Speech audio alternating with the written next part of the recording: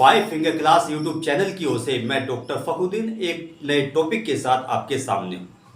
आज का हमारा टॉपिक है बाल विकास की प्रकृति, नेचर ऑफ चाइल्ड साइकोलॉजी। इसको समझना आपके लिए बहुत ज़्यादा जरूरी है, क्योंकि अगर आप किसी भी बालक की प्रकृति को समझ गए, उसकी विशेषताओं को समझ गए, उसके लक्षणों को समझ गए, तो आपको बाल विकास या बाल मनोविज्ञान के ज्ञान को हासिल करने में किसी प्रकार की कोई परेशानी नहीं होगी। बालकों के विकास को समझने के लिए जरूरी है कि आप जो हैं बाल विकास की प्रकृति को समझ लें। तो यहाँ पर आपके सामने पहला बिंदु है मनोविज्ञान की एक विशिष्ट शाखा के रूप में। जैसा कि मैंने आपको बताया था, मनोविज्ञान एक पुराना विषय है और इसकी विभिन्न प्रकार की शाखाएं निकली हुई हैं। उन शाखाओं से ही बाल मनोविज्ञान और बाल विकास का जन्म हुआ।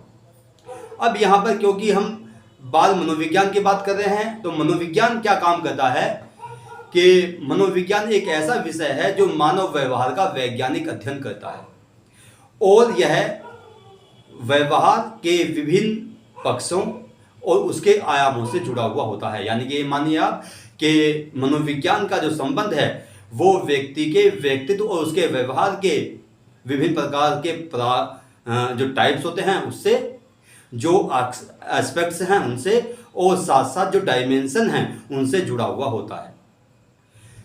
विकास की एक प्रक्रिया जो है वह जुड़ी होती है। ये समझ लीजिए कि विकास का जो संबंध है वह जैविक संरचना, जिसको हम फिजिकल स्ट्रक्चर कह सकते हैं, और साथ साथ साइकोलॉजिकल प्रोसेस के मध्य होने वाली क्रमिक प्रक्रिया है। इसको दोबारा समझ लें कि मानव विकास का जो वास्तविक अर्थ है वह यह है कि जो बायोलॉजिकल स्ट्रक्चर व्यक्ति की है, फिजिकल स्ट्रक्चर व्यक्ति की है, और साथ साथ साइकोलॉजिकल प्रोसेस, इन दोनों के मध्य होने वाला एक क्रमिक परिवर्तन है। इसी को मानव विकास की बदलती हुई प्रक्रिया से संदर्भित कर सकते हैं। यहाँ अब आपके सामने, क्योंकि विकास की प्रक्रिया जो है ये निरंतर चलने वाली प्रक्रिया है। गर्भाधान से लेकर के बालक का जन्म होता है, बेबी के रूप में, बचपन के रूप में, बाल्यावस्था के रूप में, फिर किशोरावस्था के रूप में, फिर युवावस्था के रूप में, फिर वृद्धावस्था के रूप में। यानी कि एक क्रमिक चयन चलती चली जाती है। यानी कि बालक, जो एक छोटा बालक था, उसके अंदर विभिन्न प्रकार के परिवर्तन आए। आप ये मान लीजिए कि बालक के आकार में, उसकी संरचना में परिवर्तन आए। ये परिवर्तन कहीं तो धीमे होते हैं और कहीं तेज गति से होते हैं। यानी कि बालक के आकार और उसकी संरचना की मात्रा जो है वो कहीं तो धीमी होती है, किसी अवस्था में तो धीमी होती है, किसी अवस्था में तेज होती है। तो मनोविज्ञान से जुड़ा हुआ बाल विकास एक विशिष्ट शाखा के रूप में हमारे सामने आता है, और यह जिस प्रकार से मनोविज्ञान या बाल मनोविज्ञान वैज्ञानिक आधार रखता है, इसी प्रकार से बाल विकास भी मनोवैज्ञानिक आधार रखता है। पहली चीज आपके सामने ये आती है। दूसरी चीज क्या है कि मनोविज्ञान में विशिष्ट उपागम के रूप में बाल विकास। जब हम बाल विकास की चर्चा करते हैं तो यह मनोविज्ञान के विशिष्ट उपागम या इसकी अप्रोच के रूप में हमारे सामने आता है। अब उस अप्रोच को समझाने के लिए यहाँ पर आपके सामने 4-5 बिंदु लिखे गए हैं। 5 बिंदु लिखे गए हैं। उन 5 बिंदुओं में पहला बिंदु है प्रयोगात्मक उपागम। विज्ञान को विज्ञान कहने का जो आधार है वो उसका प्रयोगात्मक उपागम या एक्सपेरिमेंटल अप्रोच ही होती है, क्योंकि यहाँ पर चाहे कोई सा भी विज्ञान हो, उस विज्ञान को वैज्ञानिक आधार प्रदान करने का कार्य जो किया करता है वो एक्सपेरिमेंटल डिजाइन करता है, जिसमें काज एंड इफेक्ट रिलेशनशिप देखी जाती है। कार्य और घटनाक्रम जो घट रहे हैं उनके बीच में जो संबंध होता है उसको देखा जाता है। इसे कहते हैं काज इफेक्ट रिलेशनशिप। यानी कि होने वाली घटना, ये जो घटना जो घटित हो गई, उसका वर्तमान से क्या संबंध है, विभिन्न प्रकार के कारणों से क्या संबंध है, कार्य क्या हुआ है, उस कार्य के होने के क्या कारण रहे हैं, उन कारणों की खोज करना ही प्रयोगात्मक उपागम का कार्य है। अब यहाँ पर क्योंकि बाल विकास जो है वो विज्ञान की अवधारणा अपने अंदर निहित रखता है, इसको विज्ञान का एक भाग माना गया है, और 20वीं शताब्दी और 20वीं शताब्दी के अंत का समय और 21वीं शताब्दी के प्रारंभ के समय में जितना भी विशाल कार्य हुआ बाल विकास के ऊपर, वो सारा का सारा वैज्ञानिक आधार रखता है और विज्ञान की बहुत सारी जो वैज्ञानिक विधियां हैं वो इसके अंदर समावेशित होती हैं। इसीलिए यहाँ पर एक विशिष्ट उपागम के रूप में प्रयोगात्मक उपागम को शामिल किया गया। इसके बिना विज्ञान आगे बढ़ ही नहीं सकता, इसके बिना विज्ञान आगे चल ही नहीं सकता, क्योंकि बिना एक्सपेरिमेंट के कोई कार्य नहीं होता। और बच्चों के ऊपर अलग अलग मनोवैज्ञानिकों के द्वारा अलग अलग देशों में, अलग क्षेत्रों में विभिन्न प्रकार के प्रयोगात्मक कार्य किए गए। और इसी वजह से आज हम जो आगे बढ़ रहे हैं, बच्चों की विशेषताओं को देख रहे हैं, उनके लक्षणों को देख रहे हैं, उसकी प्रकृति को देख रहे हैं, उन सबका आधार एक्सपेरिमेंटल रिसर्च ही है। अब अगले पॉइंट पर बढ़ते हैं, वह है दैहिक उपागम, फिजियोलॉजिकल अप्रोचेस। इस बात को सभी जानते हैं और मैंने आपको बताया था कि डार्विन ने एक किताब लिखी, उसका नाम था biological sketch of the child. उस biological sketch of the child में उसने बालक की बायोलॉजिकली स्ट्रक्चर को प्रस्तुत किया। मानव विकास की प्रक्रिया, जैसे कि मैंने कुछ देर पहले बताया, दैहिक संरचना और मनोवैज्ञानिक प्रक्रियाओं का एक सम्मिलित रूप है और इसका एक कर्मिक संबंध जो है वो व्यक्ति के विकास का आधार निश्चित करता है, सुनिश्चित करता है।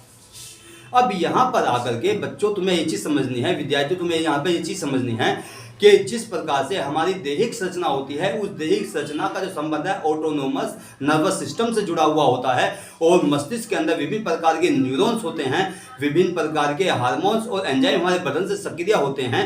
वो सारे के सारे कहीं ना कहीं हमारे बॉडी से और हमारी मानसिक प्रक्रियाओं से जुड़े हुए होते हैं।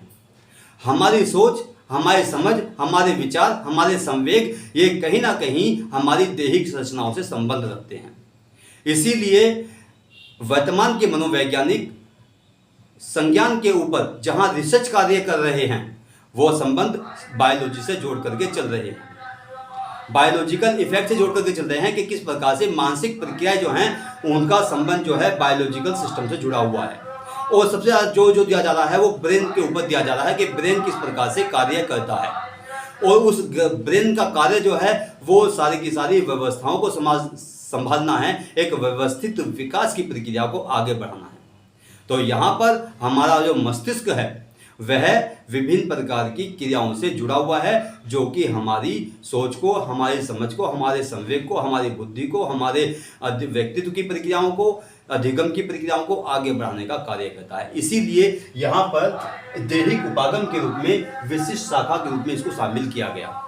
अब उससे आगे बढ़ते हैं विकासात्मक उपागम। विकासात्मक उपागम और बाल विकास में बहुत बड़ा संबंध नहीं है। यहाँ पर केवल एक चीज़ समझने की है कि जैसे आपको बताया गया कि विकास की जो प्रक्रिया है वो बालक के गर्भाधान से लेकर के और वृद्धावस्था या मृत्यु तक निरंतर चलती रहती है। विकास एक निरंतर चलने वाली प्रक्रिया है और प्रत्येक जीवित प्राणी में यह प्रक्रिया देखी जाती है, पाई जाती है, चाहे वो जीव छोटे छोटा हो, चाहे बड़े से बड़ा हो।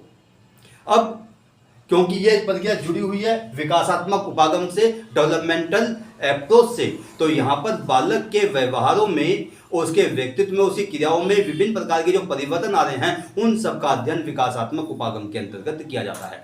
प्रत्येक गुजरती हुई अवस्था एक संक्रमणकालीन अवस्था कहलाती है। जिस प्रकार से बालक बाल्यावस्था से, बचपन की अवस्था से बाल्यावस्था में आया, बाल्यावस्था से किशोरावस्था में आया, किशोरावस्था से युवा अवस्था में आया, तो हर क्षण उसके व्यवहार में और उसके व्यक्तित्व में, उसकी क्रियाओं में, उसकी प्रक्रियाओं में निरंतर परिवर्तन होता चला जाता है। उसकी अवसंरचना में परिवर्तन होता चला जाता है, उसके विचारों के संगठन में और अनुभव के संगठन में परिवर्तन होता चला जाता है। विकासात्मक उपागम इसी पर फोकस करता है, इसी पर बल देता है। उससे आगे बढ़ते हैं, व्यक्तित्व संबंधी उपागम पर आते हैं। सबसे ज़्यादा जो रिसर्च कार्य हुई मनोविज्ञान में या बाल मनोविज्ञान में, वो व्यक्तित्व के ऊपर देखी गई। व्यक्तित्व एक अबूझ पहेली है जिसको आज तक कोई नहीं समझ पाया। हाँ, मनोवैज्ञानिकों ने कुछ आयामों के माध्यम से, कुछ प्रकारों के माध्यम से, कुछ ट्रेट्स के माध्यम से व्यक्तित्व को समझाने की कोशिश की और उसका एक बहुत व्यापक क्षेत्र सुनिश्चित कर दिया। और यहाँ पर एक अलग विषय बन जाता है साइकोलॉजी ऑफ पर्सनैलिटी। व्यक्तित्व का मनोविज्ञान, साइकोलॉजी और पर्सनैलिटी साइकोलॉजी। तो यहाँ पर बालक का जो व्यक्तित्व है वो अपने आप में अपूर्व होता है, विचित्र होता है, उसको समझना बड़ा मुश्किल होता है, जटिल व्यक्तित्व होता है, कॉम्प्लेक्स पर्सनैलिटी होती है। बालक, आपने देखा होगा कि आपने कहा कि तुम बाहर गए थे, वो तुरंत बोलेगा नहीं नहीं मैं बाहर नहीं गया, जबकि वो बाहर से ही आया। तुरंत अपनी सोच को, अपने विचार को तुरंत बदल देता है, क्योंकि उसे लगता है कि अगर मैं ऐसा कहूँगा तो कहीं मेरी पिटाई ना हो जाए, तो यहाँ पर या मुझे डांटना पड़ जाए, या तो यहाँ पर व्यक्तित्व के विभिन्न प्रकार के गुण व्यक्तित्व का निर्माण करते हैं। और जरूरी है उसके लिए कि व्यक्तित्व में स्टेबिलिटी रहे। बाल विकास इसी पर फोकस करता है कि बालकों के अंदर इमोशनल स्टेबिलिटी रहे। अगर इमोशनल स्टेबिलिटी रहती है तो बालक की समायोजन की प्रक्रियाएं, उसकी रुचियां, उसकी अभिक्षमताएं, उसकी अभिवृत्तियां, ये सारी संगठित होकर के उसके व्यक्तित्व का निर्माण करती हैं। तो यहाँ पर एक अप्रोच के रूप में व्यक्तित्व हमारे सामने आता है जो बाल विकास की अवधारणा को आगे बढ़ाने में सहायक है। अब अंत में एक पॉइंट होता जाता है हमारे सामने, एक विशिष्ट अध्ययन प्रणाली के रूप में। जैसे कि मैंने कुछ देर पहले बताया कि जितने भी विज्ञान हैं वो कहीं ना कहीं वैज्ञानिक आधार लेकर के चलते हैं। वैज्ञानिक आधार के बिना कोई भी विषय आगे नहीं बढ़ सकता।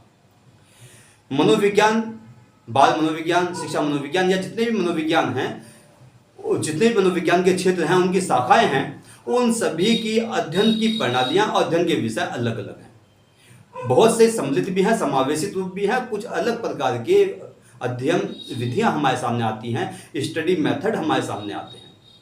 जिस प्रकार से मैंने आपको बताया, एक्सपेरिमेंटल मेथड के रूप में एक सार्वभौमिक प्रोसेस है, एक सार्वभौमिक अप्रोच है जो सभी विज्ञानों में अपनाई जाती है। यहाँ पर जब हम बात करते हैं कि एक विशिष्ट अध्ययन प्रणाली के रूप में, एक विशिष्ट प्रणाली के रूप में, तो बाल विकास यहाँ पर हमारे सामने एक विशिष्ट प्रणाली के रूप में सामने आता है। वो विशिष्ट प्रणाली क्या है? एक मेथड जहाँ पर हम बाल विकास का अध्ययन करते हैं, वो कहलाती है क्रॉस सेक्शनल मेथड या approach.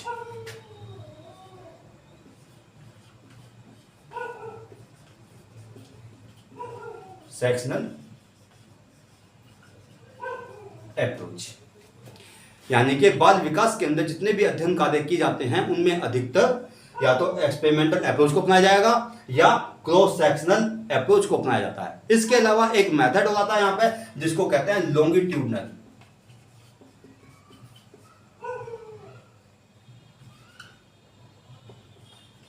Longitudinal approach, longitudinal approach, यहां पर लॉन्गिट्यूडनल अप्रोच और क्रॉस सेक्शनल अप्रोच, दोनों अप्रोचेस के माध्यम से बाल विकास की प्रक्रियाओं को आगे बढ़ाया जाता है। यानी कि बाल विकास के अंतर्गत जिन बालकों का वैज्ञानिक अध्ययन किया जाता है उन बालकों के ऊपर हम क्रॉस सेक्शनल अप्रोच को अपनाते हैं और साथ साथ लॉन्गिट्यूडनल अप्रोच को अपनाते हैं। जिस प्रकार से जीन पियाजे के द्वारा, ब्रूनर के द्वारा कार्य किए गए वो सारे के सारे इन्हीं अप्रोच पर आधारित थे। तो यहाँ पर एक छोटी सी वीडियो के माध्यम से आपके सामने बाल विकास की प्रकृति को प्रस्तुत किया गया और मुझे पूरी उम्मीद है कि आपको ये वीडियो जरूर पसंद आएगा। तो इसको आप ज़्यादा से ज़्यादा, मुझे कहने की ज़रूरत नहीं है, मेरे विद्यार्थी इसको ज़्यादा से ज़्यादा शेयर करते हैं और इसको लाइक भी करते हैं और सब्सक्राइब भी करते हैं। तो जय हिंद, जय भारत।